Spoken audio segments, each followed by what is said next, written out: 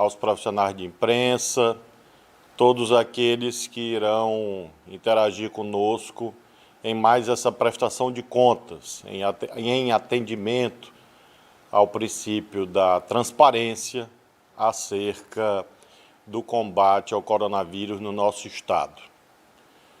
Temos uma análise do quadro, medidas, perspectivas quanto à vacinação, medidas socioeconômicas, como a síntese desta coletiva de hoje. O primeiro quadro que eu quero mostrar a vocês retrata que nós continuamos ainda numa trajetória preocupante de dificuldades. Nós temos a melhoria de alguns indicadores, especialmente aqueles referentes a internações hospitalares, mas, no que se refere à ocorrência de casos comprovados e notificados de coronavírus no estado do Maranhão, nós temos ainda uma trajetória de ascensão.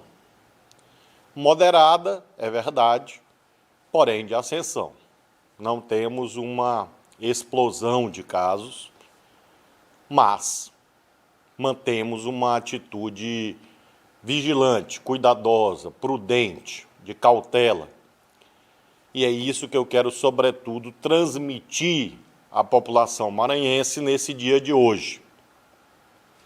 Porque nós observamos, no painel de indicadores que nós fazemos todos os dias, que há uma tendência a imaginar que esta dita segunda onda, causada pela variante P1 do coronavírus, já teria passado.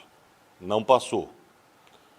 Alguns cientistas, ao longo do planeta, e no Brasil também, têm falado de hipóteses até de uma chamada terceira onda, sobretudo pela lentidão na vacinação, pelas dificuldades políticas, econômicas, de logística, que nós sabemos que estão existindo em alguns países.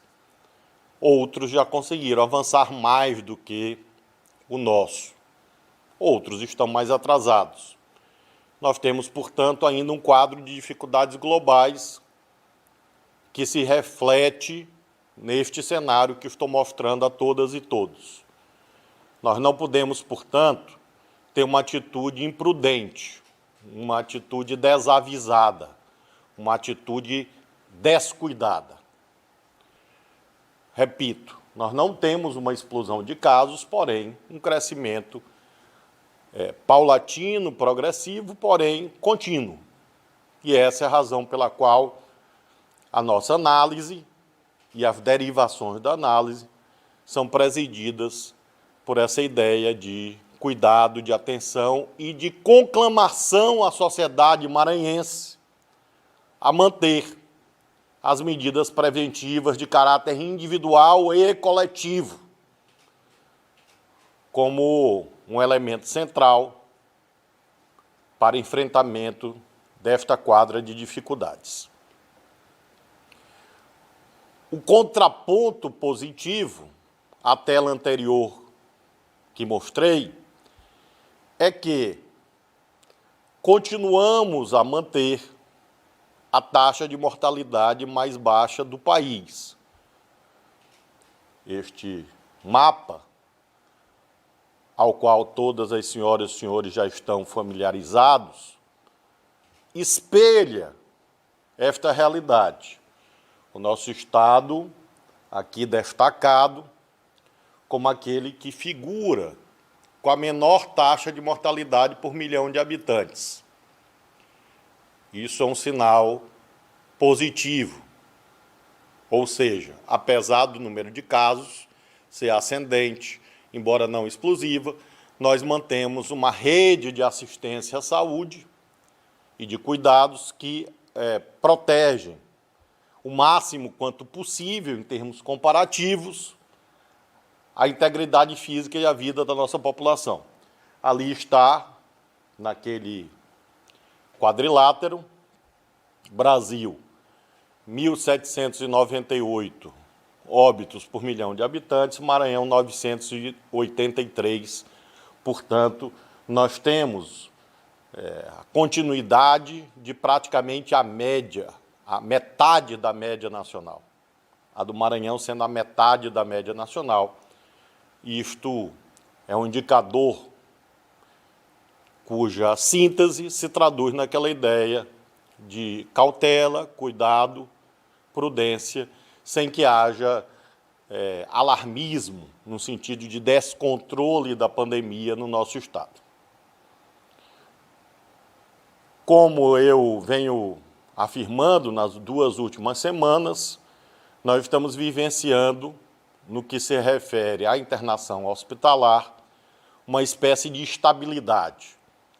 Vejam que essa é uma síntese dos leitos que o governo do Maranhão mantém em todas as regiões do estado, na rede regional que cabe ao governo do estado, em complemento às redes municipais, de modo que é possível ver que nós tivemos, desde janeiro, fevereiro, março, até chegamos ao ápice de 92% de ocupação de leitos de UTI, nessa linha vermelha, e depois nós já temos, a partir de abril, a partir do mês em curso, uma trajetória de queda, 79, 81, 76, 75. Portanto, estabilidade na prática, no que se refere à internação em leitos de UTI. Isso é especialmente importante porque nós sabemos que, mundialmente, o indicador de internação em UTI é o indicador futuro de gravidade da doença e do desfecho que menos desejamos e contra o qual lutamos, que é o desfecho do óbito. Então, quando nós temos uma estabilidade de ocupação de leitos de UTI, significa algo promissor quanto ao futuro, no sentido de que haverá uma redução de danos. A mesma situação, em linhas gerais, nós verificamos em relação à linha amarela, de leitos clínicos. Vejam que nós chegamos a 82% de ocupação em média, depois 65%, 60%, 58%, 59%. Estabilidade também. No patamar ainda alto, muito além do que nós desejamos, mas um quadro tendencialmente de estabilidade no que se refere a este indicador para compreender a situação do coronavírus no nosso estado. Um dado altamente positivo, que faço questão de remarcar, sublinhar, destacar e agradecer, é que neste momento no qual estamos conversando, chegamos no nosso estado a 1 milhão de doses aplicadas de vacinas. É realmente um número que merece ser objeto de destaque para que nós possamos agradecer o trabalho conjunto. Em primeiro lugar, as senhoras e os senhores sabem, houve uma atitude do governo do estado de enviar as vacinas aos municípios. Em seguida, identificamos dificuldades de algumas cidades de manter um ritmo de vacinação consentâneo com a emergência sanitária que o Brasil atravessa. A nossa atitude foi, portanto, de auxiliar mais fortemente ainda os municípios, todos os 217. Inicialmente havíamos entregado seringas e agulhas. Depois entramos com equipes próprias de vacinadores, digitadores, para trabalhar em conjunto com as equipes municipais. E o alcance desse número de hoje mostra que esta decisão do governo do estado produziu efeitos. Por isso, quero dedicar esta conquista a este personagem que aqui está, as nossas vacinadoras, os nossos vacinadores, que está aqui nessa foto. Esta senhora, esta profissional de saúde, espelha o meu abraço, demonstra a minha gratidão a todas e todos, vacinadores, digitadores dos municípios e do governo do Estado, que nesse momento estão trabalhando para nós superarmos esse 1 milhão de doses aplicadas no nosso Estado. Nós vamos continuar este trabalho, porque podemos ver em seguida que ainda temos doses distribuídas, entregues aos municípios que não foram aplicadas. Nós recebemos 1,5 milhão de vacinas, distribuímos 1.300.000. Esta diferença deriva de questões logísticas, conservação, municípios que não alcançaram a meta, segundas doses. Há uma série de fatores. Essas vacinas ficam na nossa central de frios, com segurança, inclusive, porque, como já mencionei, há, infelizmente, até tentativas de roubo de vacinas. E, por isso, nós temos essa atitude de vigilância em relação à integridade do patrimônio público e dos interesses sanitários da população do nosso Estado. Agora, vejam comigo que de 1.300.000 doses distribuídas efetivamente aos municípios, constam no sistema 1 milhão de doses aplicadas. Então, nós ainda temos 300.000 doses de vacinas que foram entregues pelo Estado aos municípios e que não aparecem no sistema do Ministério da Saúde como aplicadas. Nós sabemos que os municípios também têm a sua logística, municípios muito extensos, com zona rural, com locais às vezes inacessíveis, longas distâncias. Por isso, o nosso empenho de acompanhar, de ajudar. Por outro lado, nós temos municípios do Maranhão com 15, 20, 30.000 doses em aberto no sistema do Ministério da Saúde. E isto nos preocupa. E daí a adoção de uma nova medida que vou adotar para que nós possamos, com isto, melhorar o desempenho de todos. Vejam aqui nessa tabela que já houve uma melhoria substantiva no desempenho. Quero agradecer mais uma vez e sempre a FAMEM, a Federação dos Municípios, prefeito Erlânio, toda a diretoria que tem se reunido comigo, e eu tenho feito apelos quanto a isto, e sei também que a FAMEM tem feito junto aos gestores municipais, e vejam que esse mutirão está produzindo efeitos. Houve uma melhoria, uma concentração de municípios acima de 70%. Vejam que quando nós começamos a abordar esse tema, apenas 21 municípios no dia 8 de abril, 21 municípios no dia 8 de abril tinham mais de 70%. Depois esse número passa para 121 e agora são 168. Portanto, nós temos aqui uma melhoria do desempenho e o número de municípios com desempenho muito fraco, por exemplo, entre 30% e 40%, que eram 12, caiu para 0 e se manteve em 0. Então, se nós temos uma melhoria geral do desempenho, nós precisamos melhorar mais ainda, imunizar mais pessoas. E daí, o que vemos na tela seguinte. Nós temos uma lei federal que trata sobre isto. É o artigo 15 da Lei 14.124 de 2021, lei votada no Congresso Nacional. E o que está dito?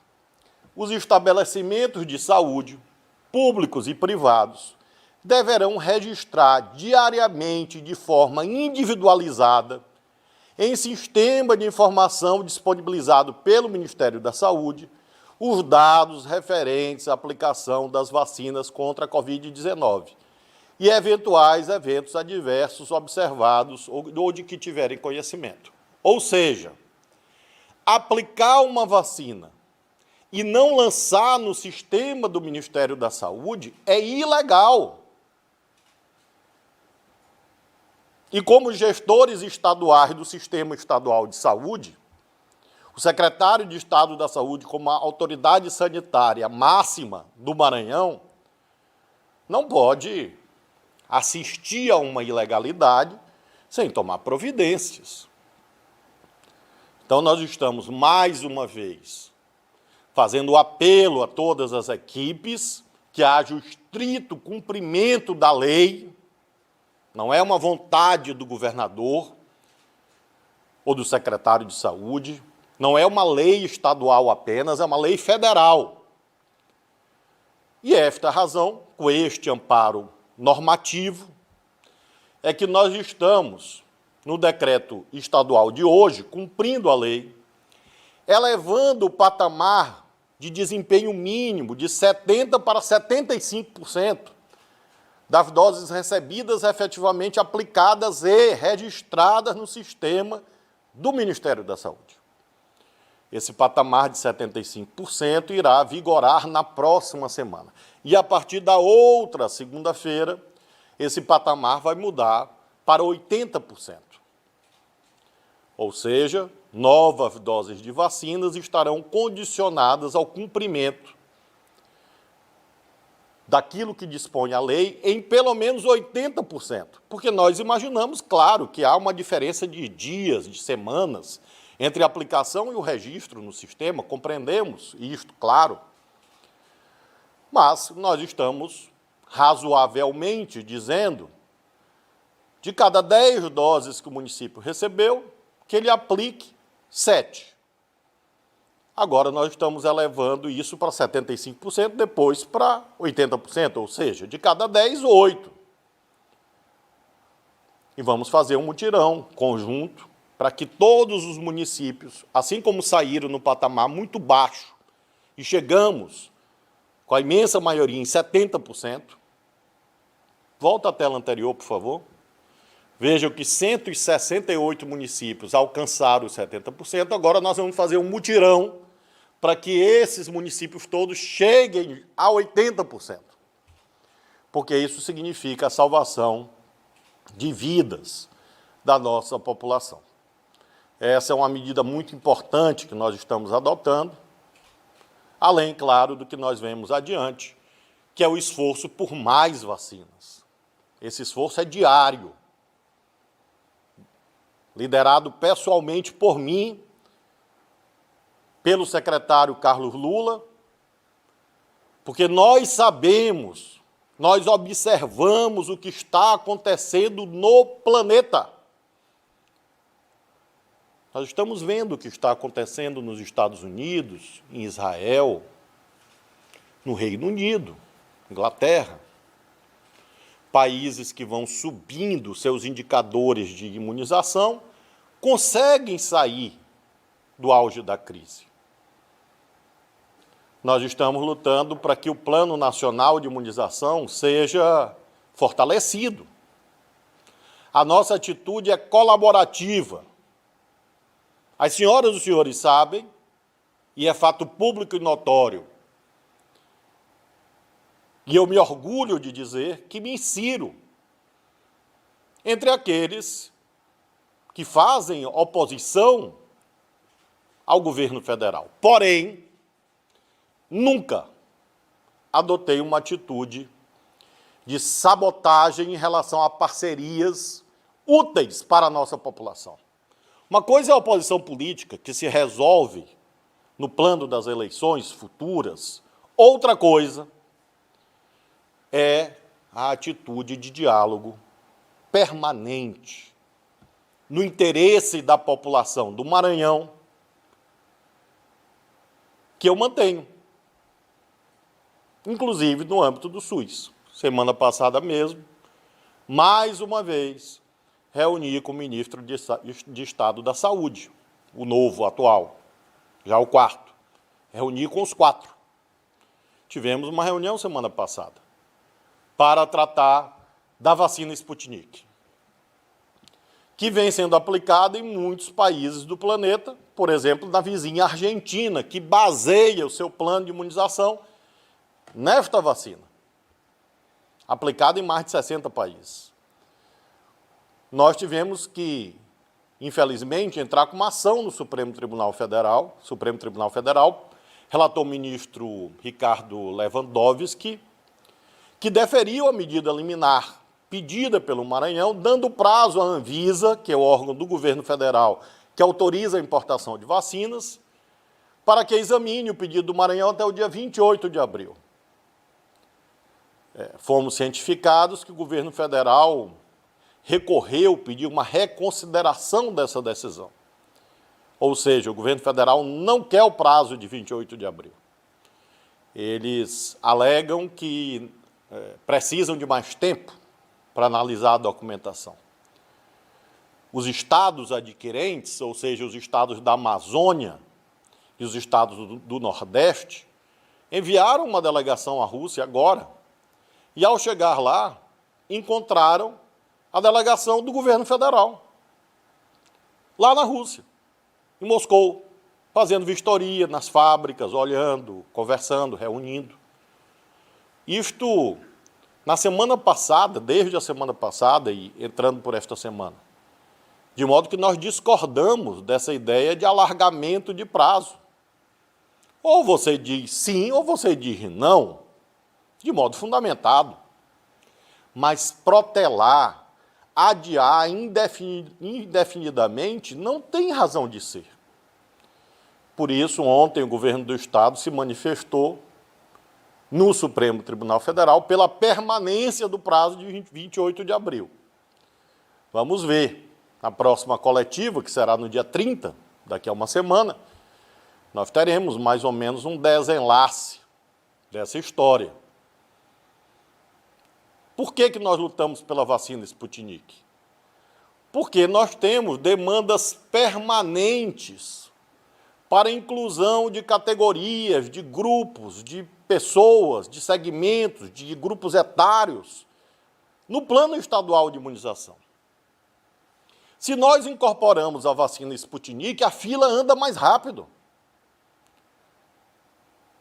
É uma vacina que tem eficácia, segurança e qualidade, atestadas não apenas pelo fabricante ou pela agência reguladora do país fabricante, no caso a Rússia, mas por outros países do mundo.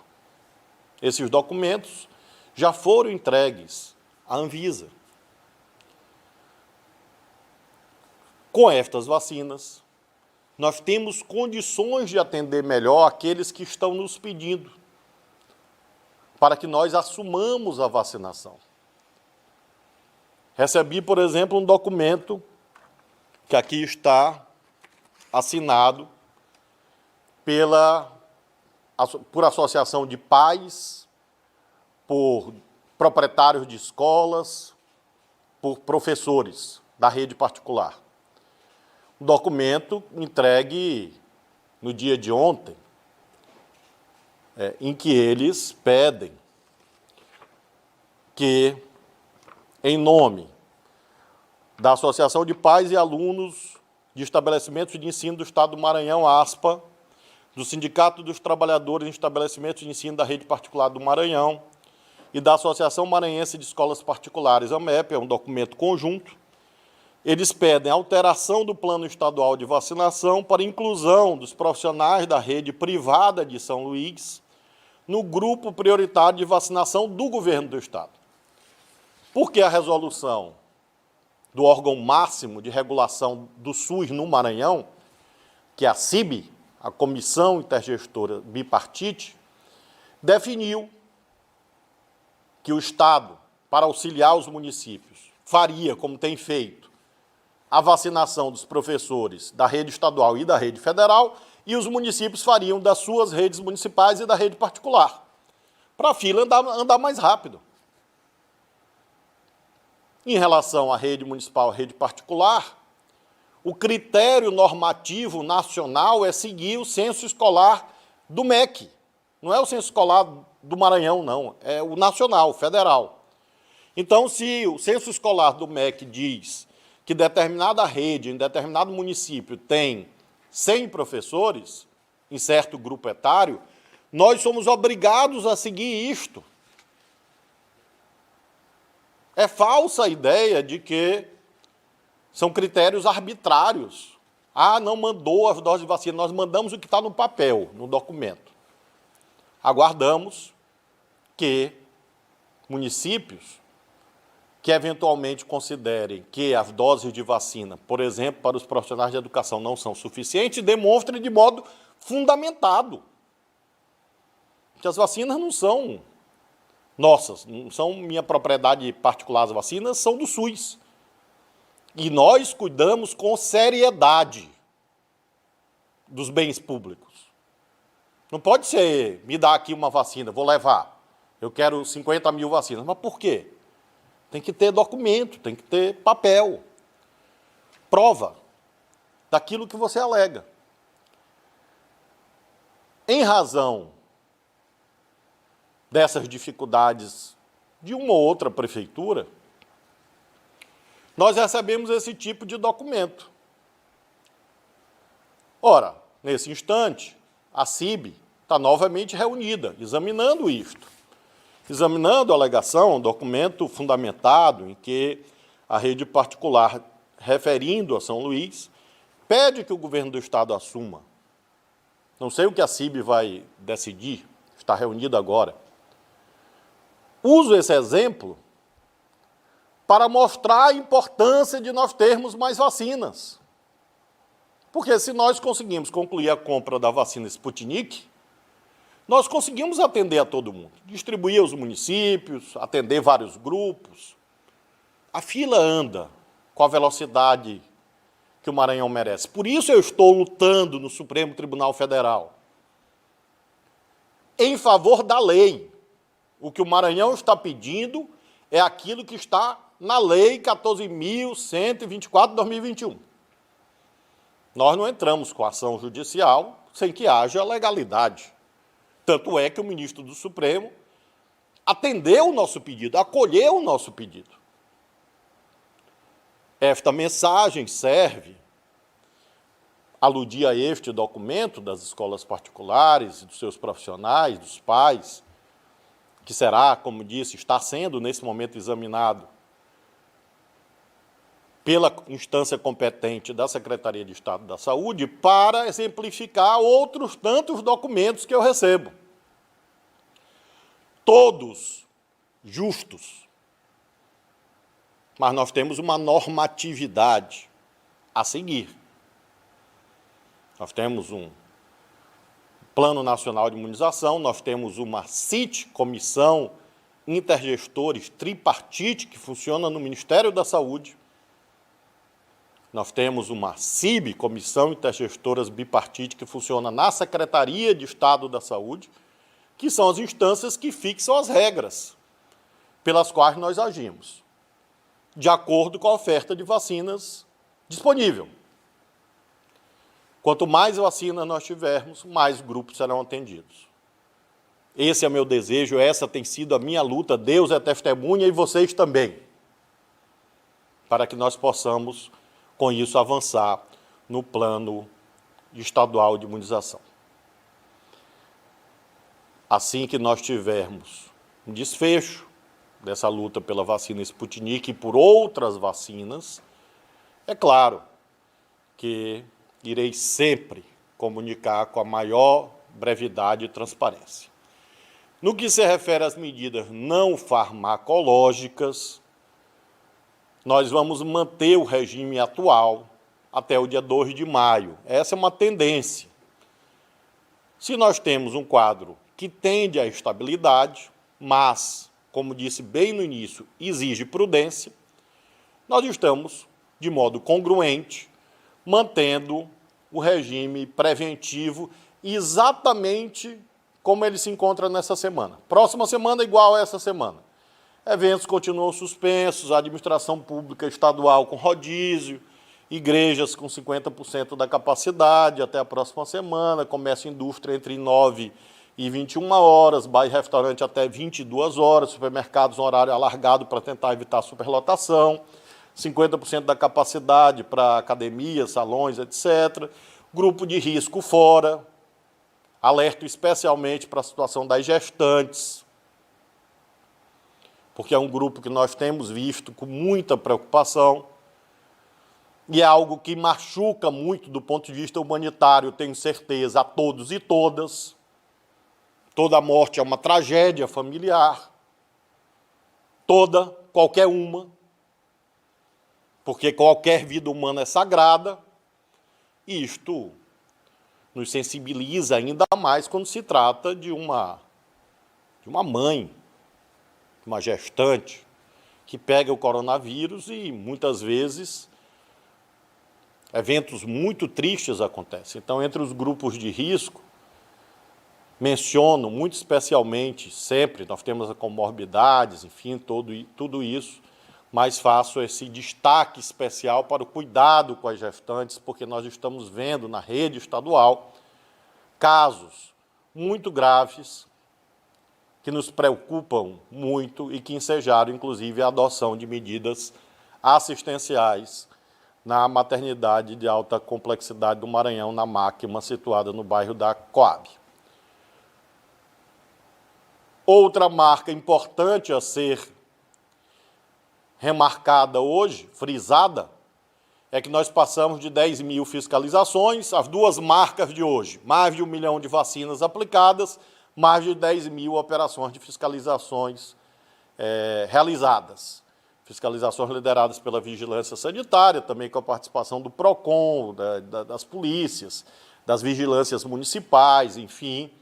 Passamos de 10 mil operações para que haja uma educação coletiva visando ao cumprimento das normas, do mesmo modo como homenageia os aplicadores de vacinas, os vacinadores, vacinadoras, quero homenagear também os fiscais que participam dessas operações. Nós já passamos de 10 mil fiscalizações realizadas em favor da saúde da população.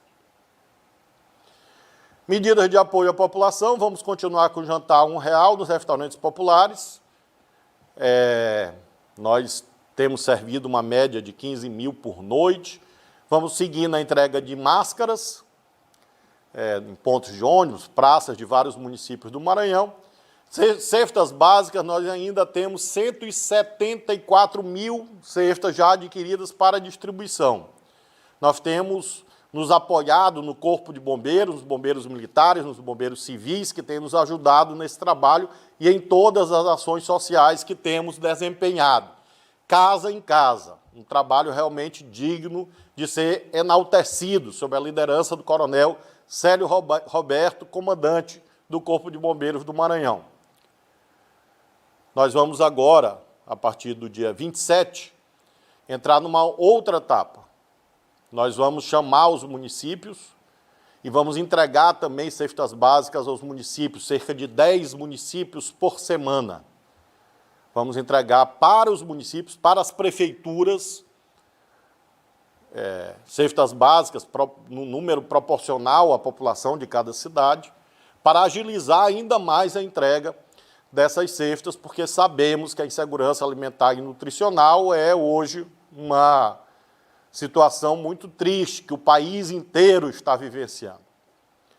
Então, na terça-feira, 27, nós já teremos a entrega para os primeiros 10 municípios. E vamos semanalmente entregando a uma rede de caminhões, caminhonetes do governo do estado que vão entregar nas cidades para as prefeituras nos ajudarem, junto com os bombeiros, a que esse trabalho possa fluir. E temos também o sorteio do Minha Casa Melhor. Essa semana nós teremos, a partir de 14 horas, transmitido nas redes sociais, também pela TV Mirante, Presidente Dutra, Tuntum, Capizal do Norte, Santo Antônio dos Lopes, Dom Pedro, São José dos Basílios, Joselândia, Esperantinópolis, R$600 para ajudar a dinamizar a economia, o setor de comércio e ajudar as famílias do nosso estado. Neste caso, desses municípios, vocês podem acompanhar o sorteio dos beneficiários no sábado, a partir das 14 horas. São algumas das medidas assistenciais, sociais e econômicas que nós estamos adotando. E, finalmente, informo que já estão consolidadas as novas medidas tributárias. Os empresários, as empresas, micro, pequenas empresas do nosso estado optantes pelo Simples, já podem consultar na Secretaria de Estado da Fazenda o novo cronograma, o novo calendário de pagamento das obrigações tributárias, tanto no que se refere à parcela do Simples, tanto no que se refere à diferença de alíquota nas operações interestaduais. o ICMS. Então, o que era em março vai poder ser pago em agosto, o que era em abril, pago em outubro, o que era maio, pago em dezembro. Forma que nós encontramos também de apoiar os empreendedores do nosso estado e também contribuir para a manutenção do nível de empregos no Maranhão. Muito obrigado, eram essas informações de hoje, me coloco à disposição para eventuais indagações. Governador, a primeira pergunta é da repórter Manuela Vieira, da TV Bandeirantes. Ela diz: bom dia, governador. Ontem, o presidente Jair Bolsonaro sancionou a lei que altera as diretrizes orçamentárias e libera despesas fora da meta fiscal. Desse valor, 20 bilhões vai para o enfrentamento da Covid. Se o Maranhão receber parte desse valor, em que o senhor acha que o Estado ainda precisa investir na pandemia? Qual seria a prioridade? Vamos aguardar quais são as diretrizes do Ministério da Saúde quanto a isto. Nós não temos ainda informações quanto à execução de recursos federais, uma vez que houve um atraso no orçamento federal, como é conhecido. Nós já estamos quase findando abril, e agora que nós temos o orçamento de 2021, orçamento federal, e vamos aguardar o que o Ministério da Saúde vai orientar. Em havendo repasses para o SUS no nosso estado, não há dúvida de que nós temos esta demanda de vacinação e rede assistencial, uma vez que ainda temos milhares de maranhenses internados em leitos do governo do estado. Nós temos ainda uma ocupação, como mostrei, na casa de 70%, 80%, dependendo do dia, e tanto de leitos de UTI quanto leitos clínicos. Um leito de UTI, pessoal, custa por dia mais de R$2.000. Por dia, um leito, custa por dia mais de R$2.000. E por quê? Porque tem os profissionais, tem os insumos, equipamentos, enfim. Então, é um esforço muito alto. Ano passado, do governo do estado, nós investimos R$2 bilhões. É o maior gasto de saúde da história do Maranhão. Exatamente porque nós tivemos essa sobredemanda, estamos tendo essa sobredemanda. Quando eu cheguei ao governo, a despesa com saúde era mais ou menos 1 bilhão e 200 milhões por ano. Nós elevamos isso para 2 bilhões e 100 quase. Portanto, uma elevação de 800, 900 milhões, porque ampliamos a rede, muitos hospitais, alta complexidade, expansão de hemodiálise, expansão de leitos de UTI, redes de várias naturezas especializadas, como Rede Sorrir, Rede Ninar, agora Rede Cuidar para pacientes pós-Covid, de modo que, em havendo, eventualmente, esse aporte de recursos federais, o foco será ajudar a manter essa grande rede que nós estamos assegurando à população maranhense. O repórter Eduardo Ericeira, da TV Difusora, pergunta: governador, presenciamos um feriado da última quarta de praias lotadas, não só na orla de São Luís, mas em toda a região metropolitana. Aos finais de semana também tem acontecido. Muitas com a justificativa que é um ambiente aberto, outras que estão fazendo atividades físicas. Mas não preocupa certas atitudes como estas? Nós temos níveis diferenciados de preocupação. Nós estamos todos, a estas alturas, exauridos, exaustos por um regime de restrições.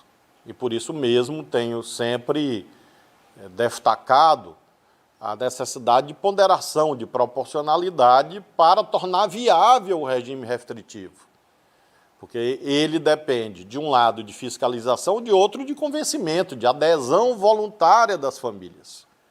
Eu agradeço aos que têm tomado os cuidados e lamento que nós ainda vejamos práticas inseguras, práticas em que as pessoas expõem a sua saúde e da população de modo geral, saúde das suas famílias, a risco.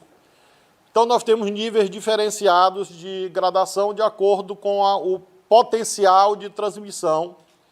Por isso, nesse momento, o nosso foco principal tem sido em ambientes fechados, aquelas 10.000 fiscalizações ações aqui aludi, nós temos focado em ambientes fechados, porque lá nós temos uma condição mais propícia à contaminação.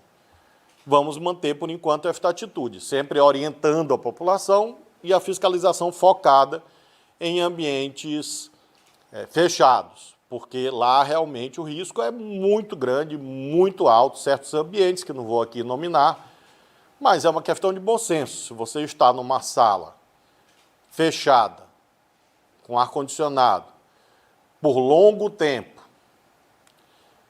por horas, as pessoas aglomeradas, coladas uma na outra e sem máscara, se uma pessoa está com coronavírus, muito provavelmente várias sairão contaminadas fatalmente. Então, em relação a ambientes abertos, tem prevalecido essa orientação sanitária, que nós reiteramos sempre, de evitar aglomerações desnecessárias. O que é uma aglomeração desnecessária? É aquela que não é imprescindível a suporte à vida. Você vai deixar de ir ao supermercado comprar comida para a sua família? Claro que não. Vai deixar de ir à feira? Claro que não, você precisa comprar comida para a sua família. Mas se você vai no supermercado e está abarrotado de gente, erradamente, descumprindo a norma, você próprio deve ser o seu próprio fiscal, em seu proveito. Não é porque eu quero, é porque é bom para todos.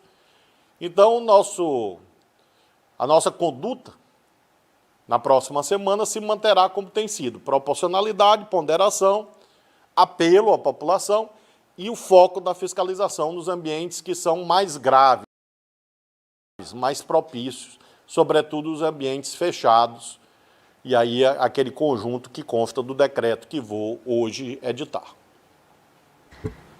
A última pergunta, governador, é do repórter Neto Cordeiro, do Imirante. Governador, como o senhor avalia a divulgação do cronograma de vacinação no que diz respeito ao Estado? A divulgação tem ocorrido em perfis distintos, ora do governo, ora da SEDUC, ora pelos secretários. Isso não dificulta a comunicação?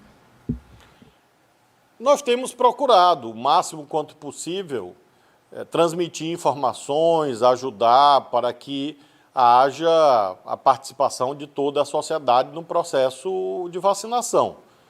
E os secretários todos têm procurado se empenhar quanto a isto.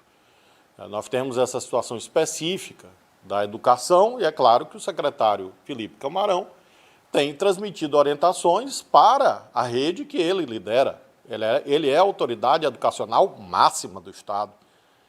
Assim como anteriormente, em relação ao sistema de segurança, nós tivemos a participação do secretário Jefferson Portela, porque ele é a autoridade máxima do sistema de segurança.